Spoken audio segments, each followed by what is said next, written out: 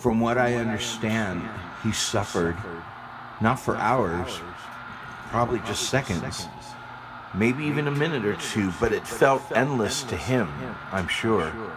Much like those eternal seconds when he saw he was about to collide into the oncoming vehicle. The medical report said his death was due to cardiac arrest brought on by blunt force trauma to his head. His friends who watched him die as they tried in vain to perform CPR said it looked to them like he was having a heart attack, that he moaned like he was in excruciating pain as he breathed once, paused, and breathed one last time.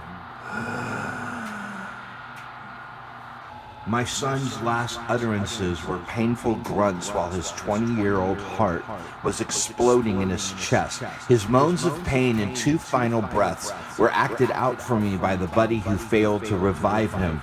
Try as he may, but continued until paramedics arrived 25 minutes later, only to fail just as successfully. Later that boy said to me, "I'm sorry, I really tried to save your son.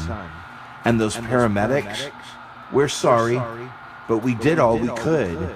Then a hospital social worker, "So sorry for your loss, is there anyone we should call?" Then everybody on the whole freaking planet, no words, no words. No words. My son was helpless from conception. He needed his mom for life. He needed his dad for protection. From the day his head popped out of his mother and the midwife screamed, "Push!" At 20, he hated me referring to him as my little baby boy, but he was my little baby boy. Every parent understands this. Our kids may get bigger, but they are our children, our babies, helpless as the day they took their first breath, and destined to be there. Destined to be there when we breathe our last. They are not supposed to die before us. They are not supposed to die out in the middle of nowhere, heart exploding, choking on their own blood, all alone without their mommy or daddy holding them, caressing them, telling them that Jesus is waiting on the other side, that they are loved, that they are perfect, that we will miss them, that we will miss them, that we will never forget, that we will never forget him. I wasn't supposed to see my boy dead and cold on a hospital gurney and later on a funeral home slab or in a cardboard box with his name scribbled on it with highly combustible paper around his head just seconds before the fires of cremation forever destroyed the most beautiful and valuable thing I've ever created. I invested 20 years of my life in trying to protect my son. No, trying to save him, save his soul, save his mind from the evil influences all around us, save his body from toxins, fatty foods, smoke, drink, drugs, anything that could ultimately take his life. And mostly, I tried to save him from himself.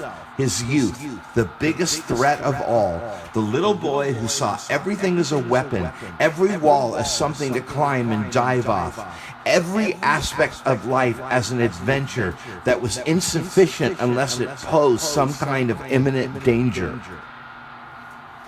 Well, I was insufficient. I let that beautiful, perfect, helpless baby boy slip through my useless, inept fingers. He died in the desert in a fashion that becomes a cautionary tale for other parents. Remember what happened to that other guy's kid? We don't want the same thing to happen to you.